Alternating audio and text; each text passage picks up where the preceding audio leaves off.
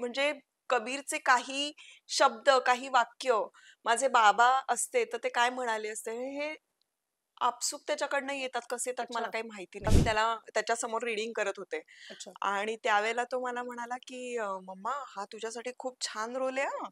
तुझी एंट्री बघ इतकी धमाल असणार आहे." मला आठवतंय, की मी राऊ वाचली होती हां. आणि का वाचली होती? कारण मी काशीबाई करणार होते. हं, पण ज्यावेळेला मी जिजामातामध्ये उमाबाई केलं, हं, तेव्हा ते पात्र माझ्यापेक्षा 20 वर्षांनी मोठं होतं. हं.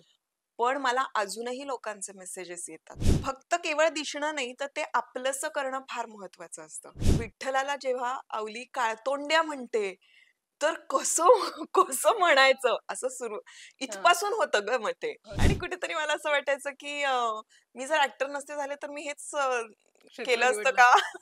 वीर मोठा होईपर्यंत मला माहिती आहे, की माझी आई म्हणून रिस्पॉन्सिबिलिटी जरा जास्त आहे. मध्ये एकदा अंकुश सर मला भेटले आणि मला म्हणाले, "काय आभास हा गर्ल." अच्छा. कॅमेरा काय असतो आणि कुठे उभं राहायचं. त्यामध्ये मला अजूनही तो चित्रपट बघताना असं वाटतं, "अरे यार!" मराठी इंडस्ट्रीमध्ये इतकी अप्रतिम माणसं आहेत. फॅमिली म्हणून तू म्हणशील ना, हं. तर खरोखर मराठी इंडस्ट्रीमध्ये एवढं सेफ आणि छान वातावरण आहे. तर माझ्याकडून हुकलेलं कॅरेक्टर ते म्हणजे सावित्रीबाई फुलेंचं कॅरेक्टर. हां. हे माझ्या म्हणजे असं तोंडाशी आलेलं 3 वेळेला अच्छा, आणि ते गेलं. चित्रपट येणार होता. अच्छा, तर त्यावेळेला माझी लूक टेस्टही झाली होती. पण अच्छा. ते पुढे काही प्रोजेक्ट झालं नाही, घडलं नाही. मंडळी नमस्कार. मी प्रेरणा. तुम्ही बघताय सकाळ प्रीमियर. खरं तर शक्ती टॉकच्या माध्यमातून आपण विविध महिला कलाकारांना भेटतोय. अभिनेत्री म्हणून त्या काम करतातच आहेत, पण त्या व्यतिरिक्त काहीतरी आयुष्यात, करिअरमध्ये वेगळं करू पाहतायत. अशा सगळ्या महिला कलाकारांना मी भेटते आणि अशीच एक अभिनेत्री आहे, जी YouTube चॅनलच्या माध्यमातूनही लोकप्रियता मिळवते, त्याच्यातही यश मिळवलेलं आहे किंवा मग मालिका, चित्रपट या गोष्टी आल्यात. या सगळ्या प्रवासाबद्दल आज त्यांच्याकडनं आपण जाणून घेणार आहोत. अभिनेत्री स्मिता शेवाळे आहे आपल्यासोबत. खूप खूप स्वागत आहे ताई. नमस्कार. आणि रामकृष्ण हरी. रामकृष्ण हरी आणि नवरात्रोत्सवाच्या खूप खूप शुभेच्छा हो, तुला. कारण तुलाही आणि सगळ्या प्रेक्षकांनाही. नक्कीच. नव्या चित्रपटाचं तर निमित्त आहेच. हं. त्याबद्दलही बोलूच. पण नवरात्रोत्सव कशा पद्धतीनं असतं? विविध सण उत्सव तुझ्यासाठी कशा पद्धतीनं असतात? तू काय-काय करत असते? तर त्याबद्दल थोडक्यात सांग ना सुरुवातीला? अ, नवरात्रामध्ये खरंचच एक एक वेगळी ऊर्जा आपल्याला जाणवते हो. आणि मला हे सगळे सण म्हणून खूप महत्वाचे वाटतात. मला असं वाटतं, की प्रत्येक सणाबरोबर एक छान सकारात्मकता येत असते आपल्याकडे अच्छा. बरोबर. आणि कधीतरी आपण डल झालेलो असतो आणि मग त्यावेळेला आपल्याला असं वाटतं, की अशी कुठून तरी एनर्जी मिळावी आणि आपण पुन्हा कामाला लागावं. अगदी. जसं की नवीन वर्ष आलं, की आपण मग सगळं असं ठीक आहे, ठीक आहे. आतापर्यंत जे झालं ते झालं. आता आपण हं. नव्याने सुरुवात नव्याने करूया. सुरुवात एक करू. आपली जी अशी मानसिकता होते, तर मला असं वाटतं सणांच्या बाबतीत ती मानसिकता माझी होते, की आता हं. नवरात्र आलं, ती ऊर्जा मला मिळणार आहे, ती पॉझिटिव्हिटी मिळणार आहे आणि त्यातून मी नवीन काय सुरू करू शकते आणि त्यावेळेला हं. ना खूप कल्पना माझ्या डोक्यात येतात आणि आत्तापर्यंत नवरात्रामध्ये म्हणजे माझा अनुभव असा आहे, की मी जो विचार केलाय, ज्या नवीन कल्पना माझ्या डोक्यात आलेल्या आहेत, हो ना. त्यानंतर प्रत्यक्षात उतरवायला मदत झाली. त्याच्यामुळे अच्छा. हे सण मला अशा पद्धतीने मदत करत असतात किंवा वाह! काय म्हणूया, की देवीचा आशीर्वाद, मग गणपती बाप्पा येतो तेव्हा, तेव्हा हं. आणखीन एक वेगळं वाटत असतं हो. आणि हे मनोभावे करावं असं वाटतं मला. वाह! पण मी इतके वर्ष बघते हे स्मितहास्य कायम आहे आणि कायमच तू सकारात्मक ऊर्जेने भेटत असतेस. हं. ही कायम सातत्य तू ठेवलेलं आहेस त्याच्यामधलं. मी कायम तुला पॉझिटिव्ह आहे. तुला ती सकारात्मकता तुला कुठून मिळत असते? कुटुंबात ही आपली आई असते किंवा कुटुंब असतं, मुलगा आहे, हं. त्याच्यासोबतही ती ऊर्जा मिळत असते. हो. तू तू तू कुणा सोबत ती एक्सचेंज करते ऊर्जा? अर्थात कबीर बरोबर, माझ्या मुलाबरोबर. कारण कबीर हे म्हणजे माझा कंप्लीटली आता विश्वच आहे. तो अजून मला असं वाटतं लहान आहे. हो. तोपर्यंत तो त्याला मी हवी आहे आणि खरं सांगायला गेलं तर मला तो जास्त हवा आहे. हो. हं. त्यामुळे त्याची किती गरज आहे मला माहीत नाही, पण माझी खूप गरज आहे. मला असं वाटतं मी आई झाली आहे, तर मग मला ते पूर्णपणे आई पण अनुभवता आलं पाहिजे. कारण हं. त्याची ही जी स्टेज आहे, ही प्रत्येक वेळेला वेगळी आहे ना आणि हं. ती जर का सुटली हातातून तर सुटली. मग परत आपल्याला काही मिळणार हां. नाही ते ती. क्षण पुन्हा येणार नाही. येणार नाहीत आणि ऑफकोर्स टीनेज नंतर मग त्यांचं एक स्वतःचं आयुष्य सुरू होतं. हं. तोपर्यंत तरी त्याला आई हवी आहे आणि आईला कबीर खूप हवा आहे आणि ही एनर्जी मी त्याच्याकडून खूप घेत असते. म्हणजे सकाळी उठल्यानंतर सुद्धा हं. आम्ही जेव्हा घरामध्ये देवाची गाणी लावतो आणि आता अच्छा. आमच्याकडे तर संत ज्ञानेश्वर, संत हा. तुकाराम म्हणजे वा. आपलीच संत ज्ञानेश्वरांची मुक्ताईमधली जे अभंग आहेत हो. ते किंवा आता आपले जे अभंग येतात हम्म. अभंग तुकाराम मधले हे आम्ही असं लावतो आणि मस्तपैकी एक छान वातावरण असतं आणि त्यांनी मला म्हणजे कबीरचे काही शब्द काही वाक्य माझे बाबा असते तर ते काय म्हणाले असते हे आपसूक त्याच्याकडनं येतात कसे येतात मला अच्छा. काही माहिती नाही पण तो असं काहीतरी बोलून जातो ना मला की त्यांनी मला इतकी एनर्जी मिळते ऊर्जा मिळते आणि हम्म. पुढे काम सुरू होतं म्हणजे मला आठवतंय सुभेदार चित्रपट मिळाला तेव्हा मी त्याला त्याच्यासमोर रीडिंग करत होते अच्छा. आणि त्यावेळेला तो मला म्हणाला की मम्मा हा तुझ्यासाठी खूप छान रोल आहे हा तुझी एंट्री बघ इतकी धमाल असणार आहे त्यामुळे अच्छा. तू सगळं असं छान प्रिपेअर करून जा तुझ्या डिरेक्टर समोर किती पुढे. आणि तो केवढा लहान होता ग तेव्हा किती म्हणजे हे वर्षांचा त्याला होता. सुचावं 4.5 वर्षाचा होता हे त्याला सुचावं हम्म. अर्थात मी त्याच्या आजूबाजूला या सगळ्या गोष्टी बोलत असते की बाबा आपण करतोय मेहनत पण त्या दिग्दर्शकाला आवडावं किंवा आपलं काम लोकांच्या पसंतीस उतरावं ह्या सगळ्या गोष्टी मी बोलत असते कुठेतरी आम्ही डिस्कस करत असताना त्यांनी ऐकलं असेल कदाचित हम्म. पण तो हे म्हणून घेतल्यानंतर ना मी ती वाक्य लिहून ठेवलेली आहेत माझ्या डायरीमध्ये कारण अच्छा. मला असं कायम वाटतं की आता ते बोलत असताना तर कॅप्चर नाही करू शकत मी. पण हम्म. तो जे बोलला ते शब्दशः मी जर का लिहिलं, हम्म. तर ते मला नंतर त्याला सांगता येईल, की हे तू तू मला म्हटलं धीराचे होतंस. बोल दिले होतेस. किती छान आहे. आणि वा. हेच मी आता परत तुला देणार आहे. पण सिंगल मदर म्हणून त्याला वाढवत असताना एक पार्टनर सोबत जो संवाद असतो मला असं वाटतं कबीर सोबत तो संवाद तुमचा जास्त होत असेल ताई. हो, हो, म्हणजे एक सोबत त्याची कायम असते हो, किंवा तो सतत असतो सोबत. हो, शूटिंगच्या वेळेस नसेल हो, पण फोनद्वारे त्याच्याशी संवाद साध. तो संवाद त्याच्यासोबत जास्तीत जास्त होतो. मला वाटतं तो खूप असा मॅच्युअरली त्या गोष्टी हँडल करतो. जसं तू हो, म्हणालीस की हो. 4.5 वर्षांचा असताना अशा हो, पद्धतीचं अशा तो मूव्हमेंट आहे. इव्हन आता सुद्धा तो म्हणालेला, की अवलीचं जेव्हा मला पात्र मिळालं, हां. त्यावेळेला तो म्हणाले, की माइलस्टोन आता माइलस्टोन हा शब्द त्यांनी कुठे YouTubeवर ऐकला असणार आहे काही म्हणजे अच्छा. हां. तर तो म्हणाला, "माइलस्टोन कॅरेक्टर आहे हां हे मम्मा. हं. त्याच्यामुळे तू अगदी व्यवस्थित कर." आताचं मी जे पुढचं काम करते आहे, त्याच्यामध्ये मला उर्दू बोलायचं होतं. तर हं. त्याच्यामध्ये म्हणाला, "हे तू नीट नाही बोलत आहेस." आणि तो बाहेर हॉलमध्ये होता. मी आतमध्ये वाचन करतेय आणि तो मला हं. बाहेरून म्हणाला, "नीट नाही बोलत आहे. ते मराठीसारखे उच्चार वाटतात तुझे." अरे वाह! सो एवढं तो त्याची इन्व्हॉल्वमेंट असते. आणि हां. मला असं वाटतं, की कलाकाराला ना त्याच्याबरोबर एक टीम हवी असते. हं. आणि ती कोर टीम जी आहे ना, ती कबीर आहे. कारण त्याला एक्साइटमेंट असते, की मी काय काम करते आहे. हं. आणि त्याला याची जाणीव आहे. तू म्हणालीस असं तो मॅच्युअर आहे. त्याला माहिती आहे, की आईने आता काही वेळ जो आहे आपल्यासाठी दिलेला आहे. काही हं. गोष्टी तिच्या करिअरमधल्या कॉम्प्रोमाईज केलेल्या आहेत. तर त्यामुळे ती जाणीव असेल कदाचित म्हणून तो करत असेल का काय मला माहित नाही. पण तो मला ना असं खूप एन्करेज करतो. जेव्हा काम येतं, की "नाही, नाही, आता तू आज सकाळी पण नाही, नाही तुझी कार आलीये खाली. मी करतो माझा माझा नाश्ता. तू नको माझी काळजी करूस." किती छान आहे हे. गुड. सो हे मला असं वाटतं, म्हणजे की तो आणि सगळ्या गोष्टी समजून घेतोय. समजूतदारपणा त्याला हां. पण ना वातावरण जसं असतं तसं मुलं ते ॲब्झॉर्ब करत जातात करत जातात. सगळ्या गोष्टी. हं. त्याच्यासाठी आपल्याला बसून शिकवावं नाही नाही लागत किंवा लागत. संस्कार सुद्धा आपण म्हणतो तसं, की असं आपण बसवून नाही करू शकत. हं. तर चित्रपट पण असे करतीये नशिबाने मी. माझा तोच प्रश्न होता, की म्हणजे ऐतिहासिक भूमिका असेल हं. किंवा आत्ता ज्या पद्धतीचे चित्रपट ताई तू करतेयस, तर त्याच्यावर तो बघतोय ना ते सगळं काम, तर त्याच्यावर त्या गोष्टीचा प्रभाव तुला जाणवतोय का? तू डेफिनेटली. ज्या पद्धतीचं म्हणजे इतिहासाची आवड ही त्याच्यात निर्माण झाली आहे का? किंवा आता संत महंतांच्या चित्रपटांमध्ये तू काम करतेस विविध भूमिका, तर त्याला ती गोडी निर्माण झाली का त्यामुळे? अगं, निश्चितपणे म्हणजे मला असं वाटतं कारण तू बघतेस तसं, की पूर्ण प्रोसेसमध्ये जेव्हा आम्ही असतो, तेव्हा स्क्रिप्ट आल्यानंतर एकदा ते वाचन जे होतं, त्या वाचनाला मी त्याला घेऊन जाते किंवा तिथे अच्छा. नाही जरी झालं, तरी घरी आल्यानंतर मी संपूर्ण स्क्रिप्ट जेव्हा माझी वाचते, तेव्हा मी बरोबर. मोठ्याने वाचते आणि हं. तेव्हा तो ऐकत असतो. त्यानंतर त्याला लागून जी पुस्तकं मला वाचायची असतात किंवा आणखीन काही अभ्यास करायचा असतो. हं. त्यातले महत्त्वाचे रेफरन्सेस मला सापडले, की मी खूप खुश होते. ते मी बोलून दाखवते त्याला.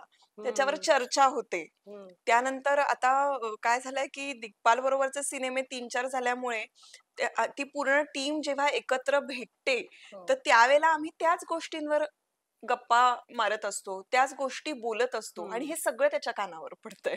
वाह! मध्ये आम्ही रायगडावर गेलो होतो हो. सगळेजण. सो रायगडावर नुसतं गेलो नाही, गंमत म्हणून नाही गेलो, तर रायगडावर प्रत्येक ठिकाणाचं काय महत्व आहे, इथे हम्म, काय घडलं होतं, त्याचा काय इतिहास आहे, हम्म, हे सगळं सांगणाऱ्या व्यक्ती आमच्या बरोबर होत्या. दिग्पालनी तिथे काही वाचन केलं, हम्म, अभिवाचन होतं. तर हे सगळं त्याच्या कानावर पडतंय आणि आता तू जसं देहूला तुम्ही आला होता, तेव्हा कबीर पण आला होता. सो हा, तिथे टाळ वाजवणं, ती पावलं धरणं, हे सगळं सगळ्यांबरोबर तो करतोय. हे करतोय. वातावरण अनुभवायला मिळणं मला असं वाटतं हेही खूप आहे. हो. तर पण ते त्याला स्पेशली मिळतंय. तू ताई त्याला त्या सगळ्या प्रोसेसमध्ये घेऊन येते. त्यामुळे त्याला हां. ते सगळं अनुभवता येते आई वयात आणि त्या गोष्टीही त्याला जाणून घेता येतात. अर्थात ज्या पद्धतीचे चित्रपट ज्यांचा तू भाग होतेस ते प्रेक्षकांसाठी आणि मला वाटतं त्या मुलांसाठीही बघणं महत्वाचं आहे. हां. अभंग तुकारामाचं उदाहरण घेऊया कारण इतकी सुंदर गाणी मुक्ताईमध्येही आपण अनुभवली. अभंग तुकारामची असेल किंवा ज्या पद्धतीनं दिग्पाल लांजेकर या सगळ्या गोष्टी मांडतायत, ते प्रेझेंट करतायत आणि अभ्यासपूर्ण सगळ्या गोष्टी. हं. त्यामुळे त्याचे विविध दाखले त्या चित्रपटांमध्ये आहेत, पुस्तकांमध्ये आपण जे वाचतो.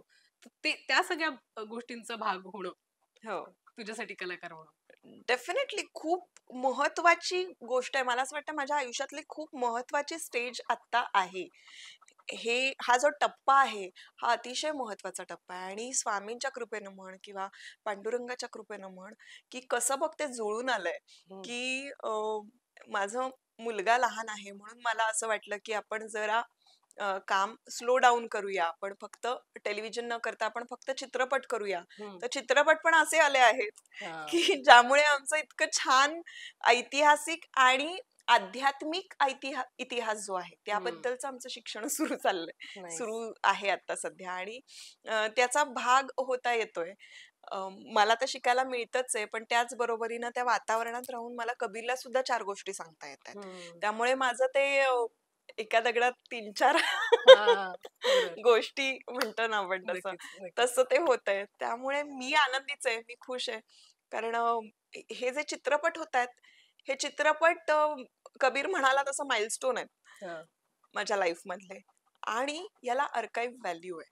हं, मला कायम असं वाटतं, की पुढे जाऊन जर का अ, कबीरची मुलं असतील हं, सपोज, तर त्यांना मला सांगायचं असेल, की संत ज्ञानेश्वरांचं चरित्र काय आहे आणि त्यांनी काय केलं, तर मी त्यांना पुस्तकं वाचायला सांगितल्यानंतर किती वाचतील मला माहीत नाही. हं, ते Google करतील, काय करतील, पण त्यापेक्षा मी जर हा चित्रपट दाखवला आणि हं. त्यामध्ये बरोबर. मी काम केलेलं आहे, असं अभिमानाने जर का मी त्यांना दाखवू शकले, तर किती माझ्यासाठी छान किती आहे. भाग्याची गोष्ट आहे. वाह! म्हणजे पण आत्ताची ज्या पद्धतीने तू सांगितलं, की हे खूप वेगळं करिअरची एक वेगळी दिशा सुरू झालेली आहे. ज्याच्यात तू विविध माइलस्टोन कबीर असं म्हणतो, तसे चित्रपट आणि त्यांचा भाग तू होतीयेस. पण तुला असं वाटतं ती खंत आहे का, की ते एक श्रेय या इंडस्ट्रीमध्ये मिळू शकलेलं नाही? इतक्या वर्षाचं काम असेल, विविधपूर्ण भूमिका असेल, त्याच्यामध्ये अंडररेटेड वाटलं तुला, की त्या कामाची दखल घेतली गेली नाही? पुरस्कारांच्या माध्यमातून असेल, की हो. सन्मानाच्या माध्यमातून? हो, म्हणजे मला असं वाटतं माझा एक स्वभाव आहे, की मी ना काही मिळालं नाही किंवा हं, काही घडत नाहीये, त्यापेक्षा काय घडतंय ह्याला जास्त महत्त्व देते. हो. आता यातून काय घडतंय? यातून एक समाज घडतोय आहे आणि जो खूप गरजेचा आहे, हं, की म्हणजे लहान मुलं जी आहेत, त्या मुलांना खरोखर एक सुंदर चित्रपट देणं आणि त्याचा आपण एक माध्यम असणं किंवा दिग्पाल लांजेकर सारखा दिग्दर्शक आहे, त्याच्याबरोबर काम करायला मिळणं ही हं. महत्वाची गोष्ट आहे. या अशा प्रोजेक्टचा भाग होणं ही महत्वाची गोष्ट आहे. आपण या चांगल्या हेतूचा एक कारण म्हणून आपण तिथे आहोत, बरोबर. हे खूप महत्वाची गोष्ट आहे. आणि या सगळ्या महत्वाच्या गोष्टी असल्या कारणानं मला असं वाटतं, की मी भाग्यवान आहे. मग हं, मला एखादा पुरस्कार नाही मिळाला किंवा मग मला कोणी दखल इंडस्ट्रीमध्ये कोणी घेतली नाही, कामाची दखल घेतली नाही, तर मी तेवढं इग्नोर करू शकते. कारण मला हं, बाकी ठिकाणावरून भरपूर मिळतंय ना. म्हणजे हं. आज मी बाहेर उतरल्यानंतर तुमचा सुभेदार चित्रपट पाहिला आणि मग त्यानंतर ते इतिहासावर बोलू लागतात. हो. फक्त ते अच्छा. माझ्या कॅरेक्टर पुरतं मर्यादित राहत नाही. मग ते इतिहासावर बोलतात. काही इतिहास अभ्यासक आहेत, जे नवीन संशोधन करतायत. हं, ते येऊन आजकाल मला भेटतात. ते भेटून आम्हाला वेगवेगळ्या गोष्टी देतात, की आमचा असा-असा आम्ही गेम तयार केलेला आहे मावळ्याचा. हो. ते देतात. ते तुम्ही वापरून बघा, ते तुम्ही प्रमोट करा. बरोबर. म्हणजे मला असं वाटतं की हे अचिव्हेबल नाहीये का? बरोबर. की मी समाजामध्ये काहीतरी माझा खारीचा वाटा देते आहे. हं. या क्षेत्रात असून माझा काहीतरी उपयोग आहे बाबा हं. समाजासाठी. हे फार महत्वाचं आहे म्हणजे अगदी माझ्यासाठी. सुरुवातीपासूनच तो सामाजिक भान तुझ्यात होतं नाही कारण तो अनेक मुलाखतींच्या दरम्यानही तू सांगितलं की काही ना काहीतरी समाजाच्या निमित्तानं काहीतरी तो विचारही पोहोचला पाहिजे हे आधीपासून होतं. मला वाटतं या चित्रपटांच्या माध्यमातून ते तुला करता येत आहे. हो, हो. आणि जेव्हा आम्ही बघतो अशी नऊवार तू नेसली, तू नथ घातली, की तू आम्हाला त्या ऐतिहासिक काळात घेऊन जाते. आणि एक मालिका असेल किंवा चित्रपटांच्या माध्यमात. तुला काय वाटतं त्या त्या भूमिकांमध्ये तू कशा पद्धतीनं ते जगते तो काळ? हो, एक तर मला खूप आवडतं हे हां, सगळं. मला आठवतंय की मी राऊ वाचली होती हां. आणि का वाचली होती? कारण मी काशीबाई करणार होते. हं, मला नितीन देसाईंनी सांगितलं होतं, की "तू काशीबाई करशील पण तू वाचायला घे. हं. आपण बघू लूक टेस्ट झाल्यानंतर ठरवू की तू करणार आहेस की नाही बरोबर. ते." आणि राऊ वाचत असताना मी ती इतकी मंत्रमुग्ध होऊन वाचली होती. हां. मी नंतर ते कॅरेक्टर केलं. पण ते पात्र साकारत असताना मी जे वाचलेलं आणि ते जे माझ्या डोळ्यासमोर उभं राहिलं होतं, हं, ते तसंच्या तसं एकतर नितीन चंद्रकांत देसाईंच्या स्टुडिओमध्ये होतं हं. आणि त्यामध्ये आपण आहोत तो पेहराव करून आणि तिथे आपण तो सीन करतोय म्हणजे तेवढ्या क्षणासाठी आपण ते जगतोय. हो, काय मजेशीर आहे हे सगळं. हो. म्हणजे हे मला खूप या फील्डचं एक हे अट्रॅक्शन आहे मला असं वाटतं, की हं. मला एखाद्या काल्पनिक गोष्टी ज्या माझ्या डोक्यामध्ये चालू असतात, त्या मला स्वतःला कुठेतरी बघायला मिळाल्या, त्या करायला मिळाल्या, तर काय गंमत आहे. आणि हे हां, मला प्रत्येक वेळेला करायला मिळतंय. नक्कीच. त्यामुळे असं नऊवारी साडी नेसली किंवा नथ वगैरे असा पूर्ण पेहराव केला आणि त्या जे आर्ट डिपार्टमेंट इतकं मेहनत घेऊन तो तो काळ उभं करतात. हं, त्या काळामध्ये आपण एक पात्र म्हणून तिथे उभे राहतो आणि हं. मग ते लोकांना असं वाटू लागतं, "अरे, ही सावित्रीबाईच आहे, ह्या उमाबाईच आहेत." आणि ते तू त्या मला वाटतं त्या रूपात तू चपखल बसतेच अनेकदा ना, ते ते हां. असं होतं. तुला ते जाणवलंय का? कारण अनेकांकडनं त्या काय म्हणतात फीडबॅक्सही मिळत असतील, हो. की तुम्ही त्या रूपात एकदम चपखल वाटता किंवा तुम्ही तशा पद्धतीच्या भूमिकांमध्ये अगदी सुटेबल वाटतात. मला असं वाटतं, की तुम्ही त्या पात्राच्या जेवढं जवळ जाता ना, म्हणजे जितकं हं, ते तुम्हाला आपलंसं वाटतं, तितकं तुम्ही तसं दिसायला लागता. आता सावित्रीबाई म्हण किंवा काशीबाई म्हण, चल त्या वयाची होती म्हणून मी ती तशी दिसले. हं, पण ज्यावेळेला मी जिजामातामध्ये उमाबाई केलं, हं, तेव्हा ते पात्र माझ्यापेक्षा 20 वर्षांनी मोठं होतं. हं. पण मला अजूनही लोकांचे मेसेजेस येतात आणि तेच मी म्हणते, की ही दखल घेतली जाते माझी. हां. माझ्या कमेंटमध्ये कित्येक जणांनी कुठल्या-कुठल्या हे काम बघितलेलं, ते काम बघितलेलं अशा कमेंट्स असतात. हं, आणि तेव्हा त्या कमेंट्समध्ये आहे, की "उमाबाई आम्हाला इतक्या आवडायच्या. तुम्ही अजिबात त्या वयातल्या आहात. म्हणजे तुम्ही 30शीतल्या 35शीतल्या आहात असं वाटलंच नाही आम्हाला. आम्हाला हं, असं वाटलं, की खरोखर तुम्ही जिजाऊंच्या सासूबाई आहात म्हणून." हं. सो ही केवढी मोठी कॉम्प्लिमेंट आहे मला असं नक्कीच. वाटतं. आणि अ, म्हणून फक्त केवळ दिसणं नाही, तर ते आपलंसं करणं फार महत्वाचं असतं. आणि हं. मी या ऐतिहासिक पात्रांना आपलंसं करू शकते, कारण मला ते खूप जवळचं वाटतं. वाह! किती छान. आणि मला वाटतं आता अभंग तुकारामच्या निमित्तानं अबलीबाई ते पात्र पण ते खूप वेगळं वाटतं. ते मला वाटतं खूप मला वाटतं चॅलेंजिंग आत्तापर्यंतचं काम राहिलेलं असणार आहे. ते कशा पद्धतीनं प्रेझेंट करताना काय चॅलेंजेस काय वाटले होते? आणि तू म्हणतेस तर अगदी बरोबर आहे. खरंच चॅलेंजिंग होतं ते. हं. कारण स्वभावाच्या एक्झॅक्ट अपोझिट म्हणजे अच्छा. काही गोष्टी आपल्याला ना ते पचवणं अवघड जातं. म्हणजे विठ्ठलाला जेव्हा अवली काळतोंड्या म्हणते, तर कसं कसं म्हणायचं असं सुरू हां. इथपासून होतं गं मग ते. अगदी. मग ते आपल्याला पूर्ण फ्री सोडणं आणि मग आपण त्या कॅरेक्टरमध्ये जाणं, तर ते जाताना मला थोडासा त्रास व्हायचा कारण ना, खूप त्रागा करणारं कॅरेक्टर होतं ते. पात्र आहे ते. खूप ओरडा-आरडी आणि हं, हं. खूप त्रास करून जे तू क नाहीयेस त्यामुळे ते पात्र करवादणं वगैरे असं जे म्हणतात ना, ते सगळं आहे. ती कर्कशा म्हणून संत तुकारामांनी अभंगामध्ये वर्णन आहे तिचं आणि ते तसंच्या तसं दिसायला हवं. म्हणून हं, मेहनत खूप घेतली, पण त्या मेहनतीमध्ये त्रास झाला मला. कारण हं. मला ते केल्यानंतर मी थकायचे, दमायचे मी. मी संध्याकाळी सगळं आमचं शूट संपलं, की मला असं वाटायचं, की माझ्याशी कोणीही बोलू नका आता. ड्रेन होत असेल ना ते ड्रेन पात्र व्हायचे करत मी, असेल. ड्रेन हां. व्हायचे मी. नक्कीच त्या सगळ्या चॅलेंजेस नंतर ते पात्र साकारलंय आणि आता ते चित्रपटात बघणं महत्वाचं ठरेल. पण या व्यतिरिक्त जसं मी सुरुवातीला उल्लेख केला YouTube चॅनल बद्दलचा, ज्याच्यामध्ये तू अनेक मुलाखतीही घेतेस. तू या या ठिकाणी असतेस आणि अनेक त्या विशिष्ट क्षेत्रातले काही दिग्गज असतात त्यांच्या मुलाखती करत असते. नवरात्र निमित्तानं तू काही मुलाखती केल्या. का राहतो? कशा पद्धतीने राहतोय हा YouTubeचा अनुभव? कारण हे एक वेगळं तेही तू अनुभवून बघितलेलं आहेस आणि त्याच्यात यश मिळालं ते एक महत्वाचं. तू म्हणतेस यश मिळालं याच्यात खूप म्हणजे मी थँक हं. तू असं म्हणतेस. अ, पण प्रयत्न चालू असतात आणि खरं सांगू का याला इन्स्पिरेशन तुम्हीच आहात. मी अच्छा. जेव्हा न्यूज चॅनेलवर यायचे आणि इंटरव्ह्यूजसाठी यायचे तेव्हा मला ना खूप कौतुक वाटायचं, की ओके. अरे यार, ह्या मुली काय पटकन रेडी होतात, जातात आणि एक वेगळाच आविर्भाव घेऊन काय मस्त बोलतात हं. आणि किती सलग आणि न थकता त्या काय शब्द जोडून मस्त बोलत असतात. असं मला खूप एक कौतुक होतं अच्छा. आणि कुठेतरी मला असं वाटायचं, की मी जर ॲक्टर नसते झाले तर मी हेच क्षेत्र केलं असतं निवडलं. का? अच्छा. मी न्यूज रीडर म्हणून आले असते का? किंवा मी आणखी निवेदिका म्हणून ते अ, सगळ्या गोष्टी आहेत तुझ्यात ताई. तू अजूनही त्या गोष्टी एक्सप्लोर करू शकते. हो आणि मला असं वाटतं का नाही करायचं एक्सप्लोर? करू शकतेस. म्हणजे एक आयुष्य आहे. मला असं वाटतं, की मला निरनिराळ्या गोष्टी करून बघायच्या आहेत. हो. तर मग करायच्या आणि जेव्हा संधी मिळेल, कसं असतं मला वेळच मिळत नाही, मला वेळच मिळत नाही असं नाही. तो वेळ काढावा लागतो. हं. जसं की मला शिकायला वेळ मिळत नाहीये, मला माझा छंद जोपासायला वेळ मिळत नाहीये, मला हव्या त्या गोष्टी करायला वेळ मिळत नाही. हो. तसं नाहीये. बरोबर. आपल्या एवढ्या मोठ्या स्पॅनमध्ये आपल्याला जे छोट्याशा गोष्टी मिळतात ना, हं. त्याच्यामध्ये त्या बसवायच्या असतात.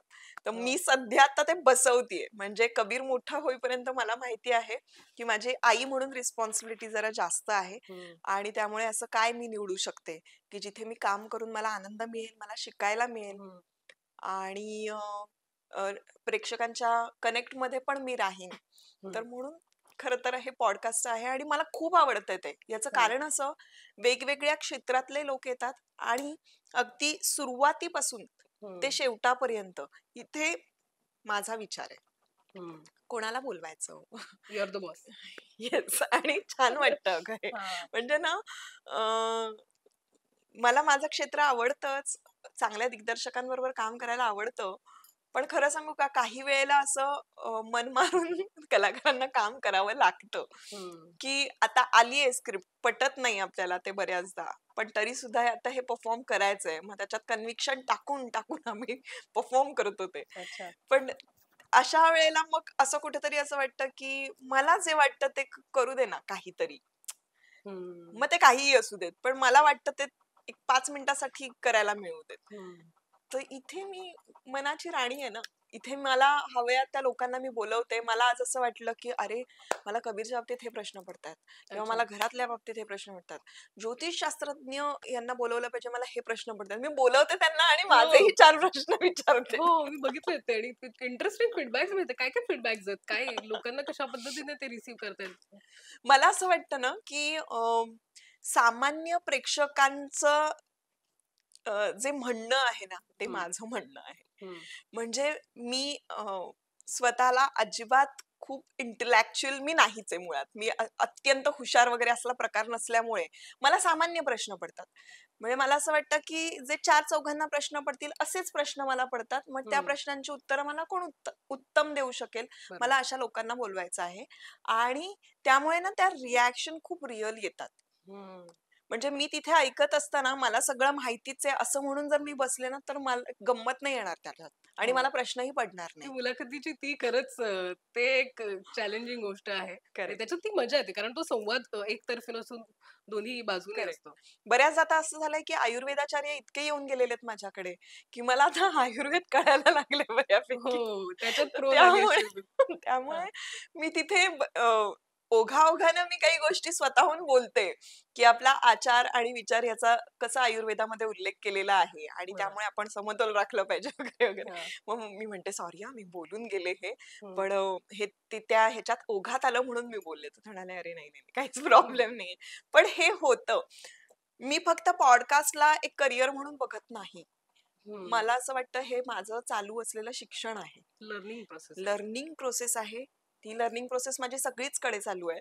हं. म्हणजे दिग्पाल लांजेकरांच्या चित्रपटातही चालू आहे हां. आणि इकडेही चालू आहे. पण मजा आहे. शिकण्यात मजा आहे. हो. ज्यावेळेला तुम्हाला असं वाटतं ना, की आता माझं झालं शिकून, मग ते संपलं असं मला वाटतं. त्यामुळे आपण शिकत राहिलं पाहिजे. ते नक्कीच. पण तुला बघितलं की ते अनेकदा यंदा कर्तव्य आहे याबद्दल कायम उल्लेख होतो. म्हणजे ऑफिसमध्ये आली, "हां, स्मिता शेवया त्याच्यात होती ना," असं सगळे म्हणत असतात. काय काय त्या चित्रपटाबद्दलची आजही ओळख ती कायम आहे. त्या चित्रपटाबद्दलची काय स्पेशल गोष्ट या निमित्तानं सांगावीशी वाटते?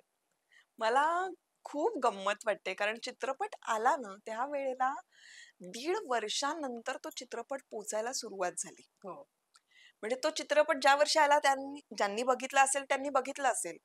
पण ते जे गाणं आहे हं, आणि ओव्हरऑल चित्रपटाची नंतर पारायणं जी झाली ना, हं, ती नंतर झाली. जेव्हा तो टेलिव्हिजनवर आल्यानंतर तो जास्त गाजला हं. आणि मग ती माझी ओळख निर्माण झाली. आणि या मधल्या काळामध्ये मी अंकुश सरांना भेटलेच नव्हते. अच्छा. आणि मध्ये एकदा अंकुश सर मला भेटले आणि मला म्हणाले, "काय आभास हा गर्ल?" अच्छा. आणि मग ते म्हणाले, "हो, तू आभास हा गर्ल आहेस माहिती नाही तुला?" हो, हो, हो. आणि तेव्हा मला खूप छान वाटलं. मी म्हटलं, की आपण कुठून सुरुवात केली होती. आपल्याला हं. काहीच माहीत नव्हतं. कॅमेरा काय असतो आणि कुठे उभं राहायचं. त्यामध्ये मला अजूनही तो चित्रपट बघताना असं वाटतं, "अरे यार, मी अजून बरं काम करू." म्हणजे हे प्रत्येक चित्रपटाला होतं, पण त्या अच्छा. चित्रपटाला जरा जास्त होतं. पण छानही वाटतं, की हं. त्यावेळेचा जो इनोसन्स होता तो छान वापरला गेला. हां. त्या चित्रपटाची ती गरज होती बरोबर. आणि तो आता विचार करून सुद्धा तेवढा येईल असं नाही वाटत. त्यामुळे माझे बाबा कायम म्हणायचे, की कलाकार म्हणून तू नशीबवान कशी आहेस हे लक्षात ठेव कायम. अच्छा. आमच्या काळामध्ये आम्ही कुठल्याही कार्यक्रमाला फोटो काढायला स्टुडिओत जायचो. हं. की दिवाळीचा सण आहे तेव्हा कॅमेरे नसायचे ना, फोटो बरोबर. काढायला स्टुडिओत जायचं. किंवा मग कुठल्याही कार्यक्रमासाठी लग्न कार्यात वगैरे, "अरे फोटो काढून घे, फोटो काढून घे" असं तिथे म्हणून एक फोटो मिळायचा. आणि मग आम्ही एक 10 वर्षापूर्वीचा फोटो बघितला की म्हणायचो, "कसं दिसायचो ना मी? किंवा कशी दिसायचे ना मी? हं, तुझ्याकडे अख्खा एक सिनेमा आहे. हं. तू 19 वर्षाची कशी होतीस हे कॅप्चर झालेलं आहे किती छान आणि आहे. हे तुला शेवटपर्यंत बघता येणार आहे." हं. तर त्यामुळे कलाकार म्हणून तू खूप नशीबवान आहेस हे लक्षात ठेव आणि याचा पुरेपूर वापर करून घे आणि एन्जॉय कर. म्हणजे त्यांनी मला एक गोष्ट सांगितली होती, की ह्या क्षेत्रामध्ये करियर वगैरे सगळं ठीक आहे, पण ना आनंद घ्यायला शिक प्रत्येक गोष्टीचा. वॉव! मला वाटतं ती गोष्ट तू कायम लक्षात ठेवली आणि म्हणूनच आम्हाला कायम जे स्मितहास्य आहे, ते कायम तसंच सातत्याने बघायला मिळतं. मालिकांमधले काय अनुभव राहिलेले आहेत एकंदरीत? विविध टेलिव्हिजन ही मालिका केल्यात, तर हो. ते कशा पद्धतीने राहिलं आता? मी मालिका आत्तापर्यंत 12 एक मालिका केल्या. त्यातल्या 9 मालिका तर लीड केल्या. हं. आणि तो काळ जो होता या गोजीरवाण्या घरात माझी पहिली मालिका हो, आणि त्यावेळेला लाँग असे ना आमचे शॉट लागायचे. हो, म्हणजे एक सीन 1.5 पानाचा तो अख्खा करायचा मास्टर आणि हो. त्याची कोरिओग्राफी असायची आणि हं. ट्रॉली लागलेली असायची लांब सडक आणि ते करत ते मला असं वाटतं तिथून तेही मला शिकत मी इथपर्यंत आले. कारण कुठल्याही नाट्य शाळेत किंवा नाट्य वर्गात भाग घेतलाच नव्हता कधी, माहितीच नव्हतं काही. ते करत असताना मला इतक्या प्रोसेसमधून गेले आणि इतकी चांगली माणसं भेटली. हं, मराठी इंडस्ट्रीमध्ये इतकी अप्रतिम माणसं आहेत. फॅमिली म्हणून तू म्हणशील ना, हं, तर खरोखर मराठी इंडस्ट्रीमध्ये एवढं सेफ आणि छान वातावरण आहे. हं. मी जे अनुभवलं ते अतिशय सुंदर वातावरण. मी पुण्यातून जेव्हा मुंबईला आले ना, तर त्यावेळेला कोणीच नव्हतं. म्हणजे नातेवाईक नाही, कोणी फ्रेंड्स नाही हं. मुंबईत. पण त्यावेळेला प्रदीप वेलणकर, लाली मावशी म्हणजे उज्ज्वला जोग, हं. अ, त्यानंतर मला आठवतंय आनंद अभ्यंकर हां. हे सगळेजण माझ्यासाठी त्यावेळेला अक्षरशः उभे होते. काहीही छोटा-मोठा प्रॉब्लेम आला, तर ते असायचे माझ्याबरोबर आणि हं, असे 13 वर्ष मी तिथे काम केलं मालिकांमध्ये. पण तेव्हाची म्हणजे गोजीरवाण्या घराच्या वेळेचा काळ फार वेगळा होता. हं. त्यावेळेची सिन्सिअरली काम करण्याची जी पद्धत होती, ती फार वेगळी होती आणि आताची वेगळी आहे. आता एकदम क्विक झालेलं आहे सगळं. ते जाणवत असेल ना रिहर्सल्स तो फरक? तो हं. मला जाणवतो आणि पण मला असं वाटतं मी दोन्ही ह्याच्यामध्ये काम केल्यामुळे तो मला बॅलन्स दोन्ही गोष्टी समजतात, की अच्छा. आताच्या मुली किती हुशार आहेत, ज्या पटकन सगळ्या गोष्टी ग्रास्पिंग त्यांचं उत्तम आहे. हं, त्या येऊन कॉन्फिडन्स उत्तम असल्यामुळे त्या छान बोलतात. त्यांना प्रेझेंट कसं व्हायचं ते कळतं. हं. मी खूप वेळ घेतला हे शिकायला. अच्छा. पण त्यांच्याकडे ह्या गोष्टी खूप पटकन आहेत. त्यामुळे मला त्यांच्याकडूनही परत शिकायला मिळतं. मला असं वाटतं, की अरे वाह! ही गोष्ट खरंच उत्तम आहे त्यांची. That's sweet of you. म्हणजे तू त्या नाही, गोष्टी नाही. अशा पद्धतीने डेफिनेटली. बघतेय. अगं कारण मी म्हणते, की मी पुण्यावरून आले. सातारा, सांगलीवरून आताही मुली येतात. पण हो. त्या पटकन होतात ना मोल्ड. त्या हम्म. विदिन अ 2 मंथ्स मोल्ड होऊन त्यांना माहिती असतं, की आपण कोण आहोत, कशासाठी आलेलो आहोत आणि आपल्याला काय-काय करायचंय. हे मला कळायला खूप वेळ गेला. हम्म. मी खूप स्लो लर्नर आहे.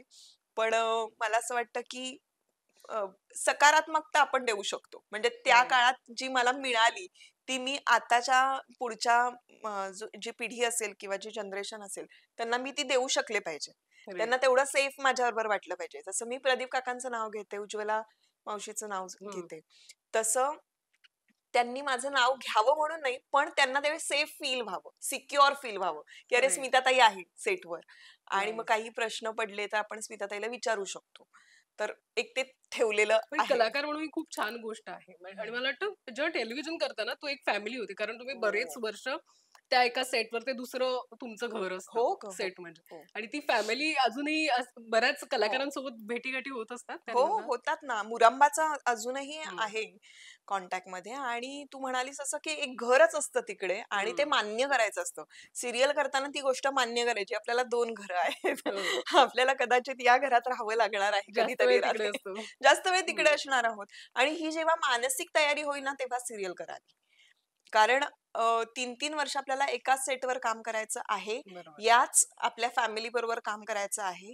ही जेव्हा मानसिकता होईल तेव्हा सीरियल करायची आणि ती नसेल हं. मानसिकता तर सीरियल करायची नाही. आपली आता ती कंडिशन नसेल तर करायची नाही कारण त्यामुळे इतरांनाही त्रास होतो. आपल्या हं. ॲडजस्टमेंटचा इतरांना त्रास व्हायला नको कारण बरोबर. 100 लोकांचं युनिट रोज येतं. त्यामुळे एका माणसामुळे हे जर सगळं डिस्टर्ब होणार असेल तर आपण ते डिस्टर्ब करायचं नाही. आपल्याला अधिकार नाही. तर हे एक सूत्र आणि फॅमिली म्हणशील तर ती तेवढी 3 वर्षापुरती राहत नाही मग. हो. मग ती राहते लाईफ टाईम. आयुष्यभरासाठी. लाईफटाईम राहते आणि त्या मेमरीज राहतात. आमचे ग्रुप्स राहतात. 4-चौघीचा एक ग्रुप राहतो. मांडला 2 घडीचा डावचा एक ग्रुप राहतो. So sweet. नाईस. जसे WhatsApp ग्रुप आमचे हो. झालेले असतात. अगदीच आम्ही भेटू शकतो असं नाही. खरं तर नाही होत तेवढं. हं. पण आहेत ग्रुप ते आणि हं. कधीही काही अडचण आली तर हक्कानी म्हणजे कसं असतं मैत्री मला ही खूप आवडते अशा पद्धतीची मैत्री, की आज तू आणि मी भेटलोय. खूप छान भेटलोय आपण. तुला खूप छान वाटलं, वॉर्म्थ फीलिंग आलं राईट. माझ्याबद्दल. त्यानंतर आपण कदाचित 4 महिने पुढे कॉन्टॅक्टमध्ये नाही राहिलो, कारण तू तुझ्या कामात व्यस्त, मी माझ्या कामात बरोबर. व्यस्त. पण 4 महिन्यानंतर पुन्हा आपण भेटू ना, तर ते रिझ्यूम झाल्यासारखं त्याच एनर्जीने त्याच उत्साहाने. एनर्जीने ते पॉजचं बटन दाबलेलं परत आपण हे करून प्लेचं बटन दाबलं आणि त्याच नाईस. एनर्जीने आपण एकमेकांना म्हटलं. हेच तर असतं ना, कारण आपण राईट. सगळ्यांना एवढा वेळ नाही देऊ शकत. खरंय, खरंय. पण या सगळ्या प्रवासामध्ये असं राहिलंय, की करायचं राहिलेलं आहे. मला हे कधीतरी करावंसं वाटेल अशा पद्धतीची भूमिका, अशा पद्धतीचं काम, जे मी आत्तापर्यंत केलेलं नाहीये. मग मालिका हम्म. असेल, चित्रपट असेल, तर ते कोणतं असेल? कशा पद्धतीचं असेल काम?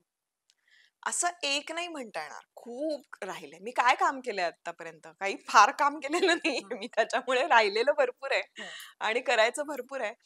एक येतंय. ऐतिहासिक जसं येतंय तसं माझी आता इच्छा आहे, पण की पुढे जाऊन ऐतिहासिक असं कॅरेक्टर जे वाचलेलं आहे, बघितलेलं आहे, की मला ते कॅरेक्टर करायला आवडेल. करणं. कायम माझ्याकडून हुकलेलं कॅरेक्टर ते म्हणजे सावित्रीबाई फुलेंचं कॅरेक्टर. हां. हे माझ्या म्हणजे असं तोंडाशी आलेलं 3 वेळेला अच्छा, आणि ते गेलं. असं झालं.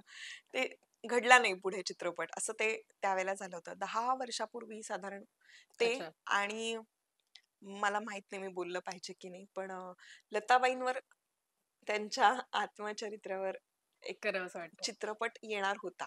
अच्छा, तर त्यावेळेला माझी लूक टेस्टही झाली होती. पण अच्छा. ते पुढे काही प्रोजेक्ट झालं नाही, घडलं नाही. पण ते किती इंटरेस्टिंग झालं असतं ना ती प्रचंड प्रोसेस. आणि मी कन्विन्स नव्हते. नितीन दादा होते. अ, अच्छा. हे सगळं करायला. हं. त्यांचंच प्रोडक्शन होतं. नितीन दादा कन्विन्स होते. म्हटलं, "हो, लता दीदींचा मी रोल करणार, पण माझा आवाज काहीतरी यायला पाहिजे मला हां, त्यातलं." हां. ते म्हणाले, की "तू ॲक्टर आहेस. तू हं, ॲक्ट करायचंय. तुला गायला नाही सांगत आहे मी." हं. पण हे तर किती अमेझिंग झालं असतं जे हो. काही आहे. पण मला वाटतं आगामी काळात ज्या गोष्टी राहिलेल्या असतात ना, काही ना काही आपल्याला असं मिळत जातं हं. जे आपलं जे त्याच्यातून समाधान होतं आणि तो हो. अर्थात प्रवास समृद्ध करणार असतो. मला खूप छान वाटलं. डिसिप्लिन, स्मित हास्य असलेली, कायम हसतमुख भेटणारी स्मिताताई आज अरे या शक्ती टॉकच्या निमित्तानं तुझ्या या सगळ्या जर्नीबद्दल मला जाणून घेता आलं. मला खूप छान वाटलं आणि कायमच तुला भेटून छान वाटतं ताई. अरे, मलाही खूप छान वाटतं. साममध्ये येऊन मला कायम घरी आल्यासारखं वाटतं. कारण इतकी वर्ष येते मी. येस. आधी विलापूरला आणि आता इथे. हो. त्यामुळे खूप छान वाटलं गप्पा मारून आणि तुझा हा सेगमेंट खूप कमाल आहे. हं. खूप म्हणजे मला मजा आली बोलून. मलाही खूप आणि पुन्हा एकदा अभंग तुकाराम या चित्रपटासाठी खूप खूप शुभेच्छा. Thank you. Thank you so धन्यवाद. मच. Thank you.